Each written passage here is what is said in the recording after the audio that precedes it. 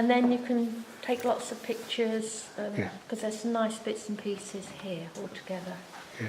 Do you want to sit down? Okay, yeah. Right, I was telling you outside that it's not John Robinson, it's Richard Clifton, who's the spiritual head of these separatists. And that begins here because in 1586 you have Richard Clifton becoming the minister here. James Brewster is not around when Clifton comes. So when we go to Scrooby, I will tell you where James Brewster was. But once he arrives back in the area in 1588, he is very quickly drawn in by Richard Clifton here. Richard Clifton is a brilliant preacher. And this, as I said, is what's missing from the services in England. Now, do you know where we get Puritan from and separatists out? No. No? Well, we really need to go back to Henry VIII's reign. And that's when all of this problem begins, because our separatists, it's not an overnight sensation with them, it's the result of a long, slow burn. Henry broke with Rome, and before he broke with Rome, all of England was Catholic, yeah? There was no other religion in England. On the continent, there were some heretics called Protestants. They were on the continent. England was Catholic, no Protestants in England, while Henry is still within the Catholic Church. Wrong. There were Protestants in England, and they were mainly in London, because there were many mercers, and mercers are the high-class merchants, the elite in London. They have contacts on the continent, and they become, many of them, converted to Protestantism. They daren't let anyone know, because of course it's heresy and you would be executed.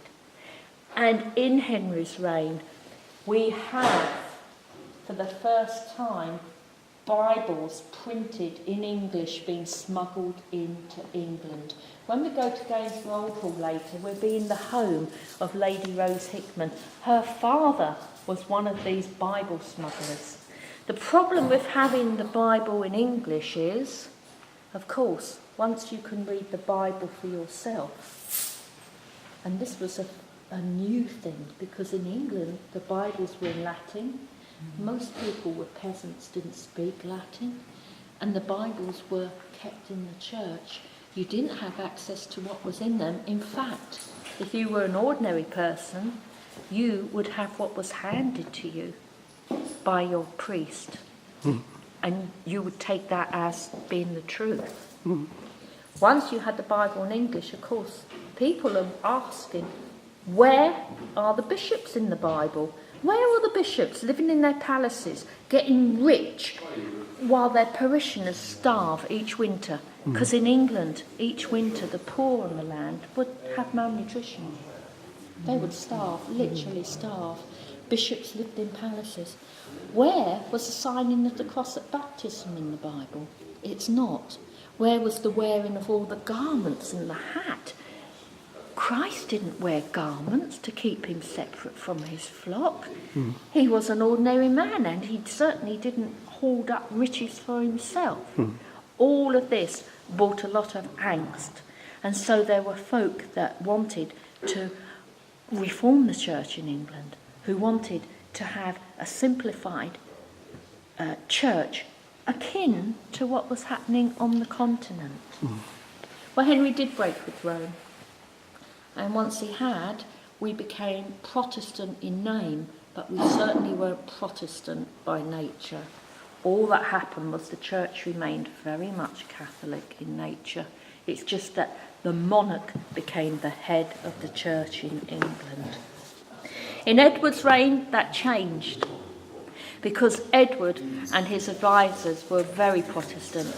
And in England, a lot of the churches were reformed. In fact, there was a church near where I grew up as a child, and they took down the communion rail, removed the altar, and instead brought a table to the middle of the church where everyone could take communion together. This was extremely radical. And had Edward lived, this Reformed church would have meant that all of the trouble that would happen for the rest of the Tudor period would have been averted. If the church had been reformed, then happy days. Unfortunately, Edward dies, and there's some people say that he was poisoned. Oh. Yes, the Mercers in London had their own undertakers, and there was quite a delay between Edward dying and his funeral being conducted, because we had the uprising with Lady Jane Grey, and then we had Mary coming in and having to fight to get the throne. The mother of Edward is Anne Boleyn, but No, the mother of Edward was Jane Seymour. Jane Seymour. She's the one who died shortly after he was born. and Catherine, the mother of Mary. Right? Yes, Catherine of Aragon was the mother of Mary. Oh. So, of course, Mary was very So Catholic. Catherine came from Spain. Yeah, Okay. from Spain. So, anyway, the undertakers say, looking at his organs, there were signs that there was poisoning. Mary comes to England, to the throne in England, and that is when there is real turmoil, because all of these folk who, under Edward's reign especially, had come out as forward evangelical Protestants and wanted to stay that way, were suddenly declared heretics. And you had very few choices, you know. When Mary came to the throne, coming to church was compulsory, and they would write your name down, and if you weren't there, they would know, and they would drag you out of your house to ask you why you weren't at church. And if you refused to conform to the Catholic faith, you'd be burnt as a heretic. Awful, isn't it? Imagine the thought of being burnt for wanting to carry on with your Protestant faith. Many people would either get out of the country if they could. Not everybody had the means to get out of England. Many conformed outwardly by pretending to be Catholic just to save their lives and their families and all of that persecution, and maybe carried on their Protestant religion in quiet. That was dangerous. And also, how can you do that if you're truly Protestant? How can you be Protestant in your heart and then take yourself into a church for the Catholic Mass that would cause terrible internal turmoil? I don't think I could do that. So, execution, conform or pretend to conform, or escape the country. Many folk escaped the country. Many of the merchants escaped. And where we're going later, at Gainsborough Old Hall, Lady Rose Hickman was one of those who, as a young mother with young children, escaped the country because her family were mercers and they had the ships. And in fact, there are two people you may have heard of that the Hickmans got out of the country during those first few weeks to safety, especially when all the divines were being rounded up. One of them was a chap called John Fox, who wrote the Book of Martyrs. Have you heard of John Fox? No, it's the same with John Fox with the Quaker. No. Now, John Fox, he wrote about all the sufferings, all of everything we know about the executions of Protestants at that time comes from John Fox's Book of Martyrs. Okay. The other chap was a close family friend of the Hickmans at Gainsborough, and he was John Knox. John Knox. Oh, I know. Can you imagine We came from the world without John Knox? All of history, that would have really changed things. If you had been forced out of your country as a refugee on the continent, hiding away while England was a Catholic country, you would have had no idea that you would only have to be away from home for 5 years. Nobody knew that Mary wouldn't live that long. She could have lived as long as Elizabeth. But when she died, Elizabeth came onto the throne, and this is when we have problems, because England becomes Protestant again. Elizabeth is a half sister of Mary. Elizabeth is Henry VIII's daughter, the daughter of Anne Boleyn, Mary's half-sister.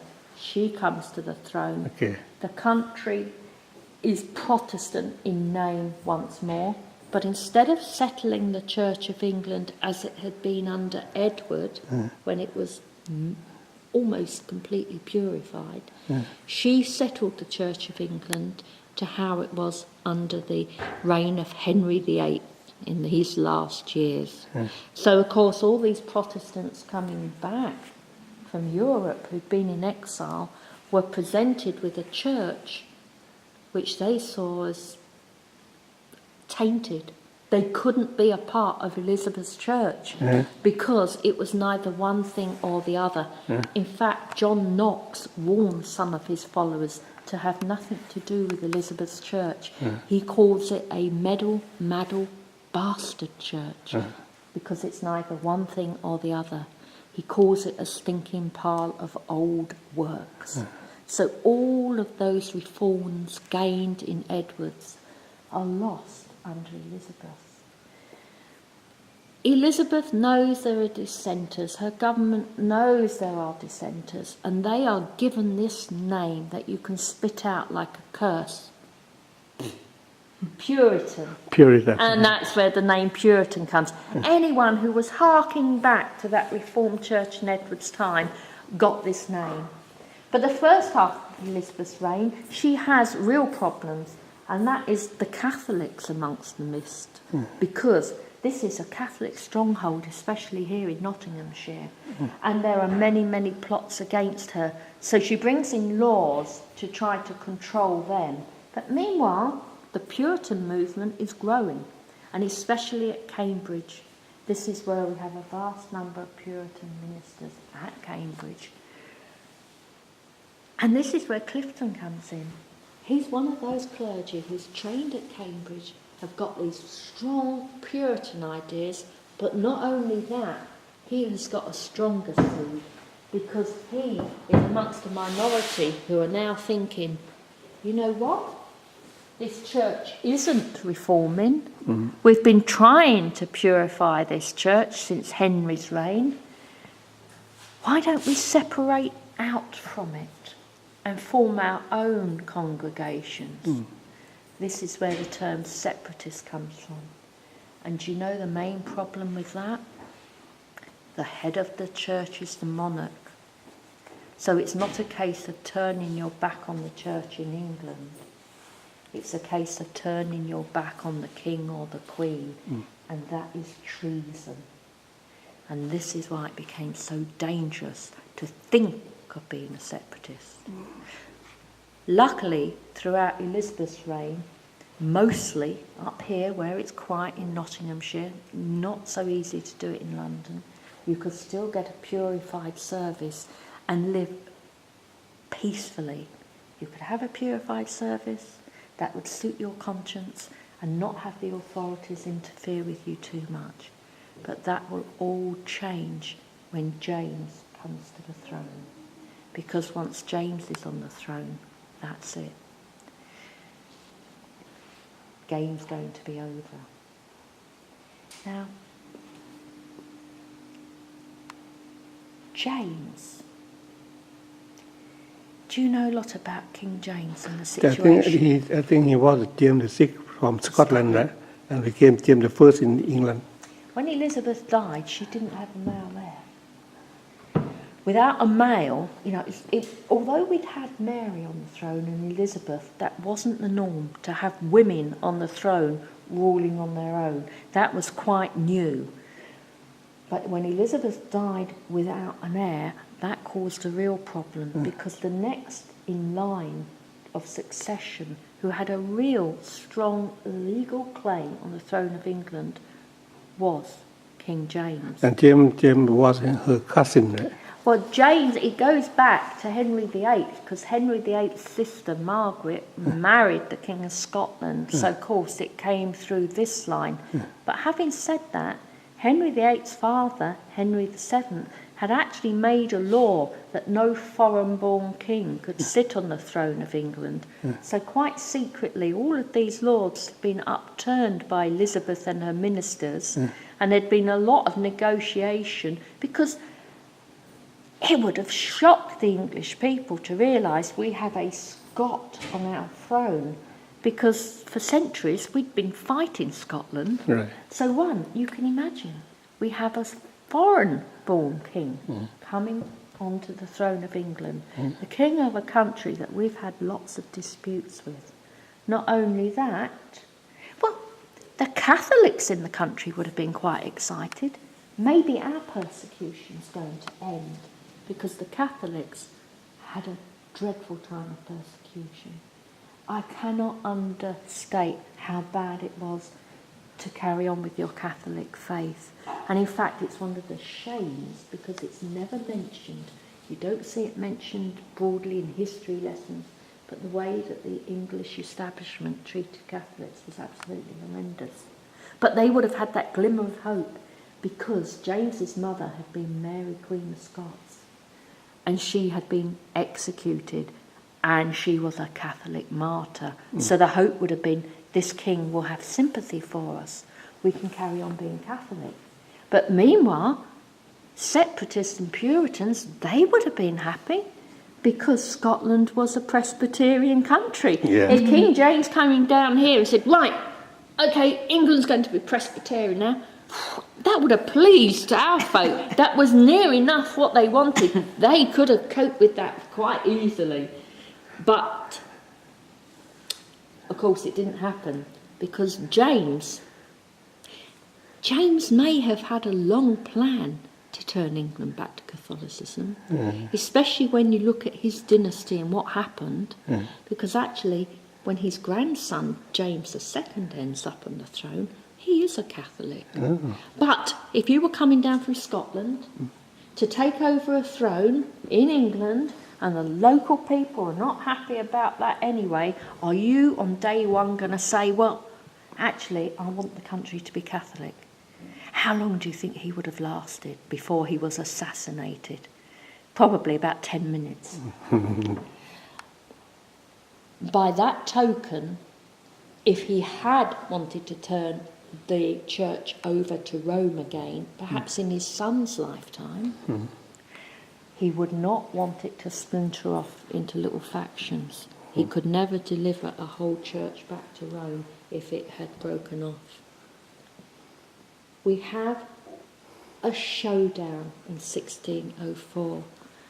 King James calls all his bishops together at the Hampton Court Conference. The question of these dissenters is going to be addressed, because they'd had the audacity, as King James was riding down that Great North Road past this church to London to claim his crown, he was handed a petition by Puritans, and it was called the Millenary Petition. And there were over 1,000 signatures of his most loyal Puritan subjects.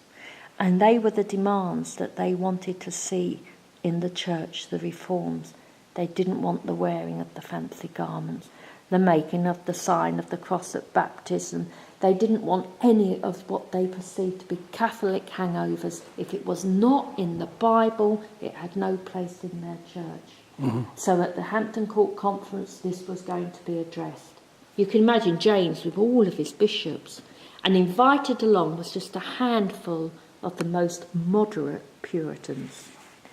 Every time one of those Puritans put the point, sire, we don't want the vestments, up would get all of the bishops and shout them down, and all the reasons why they had to have the vestments. They'd all been primed. They already knew what the questions were going to be.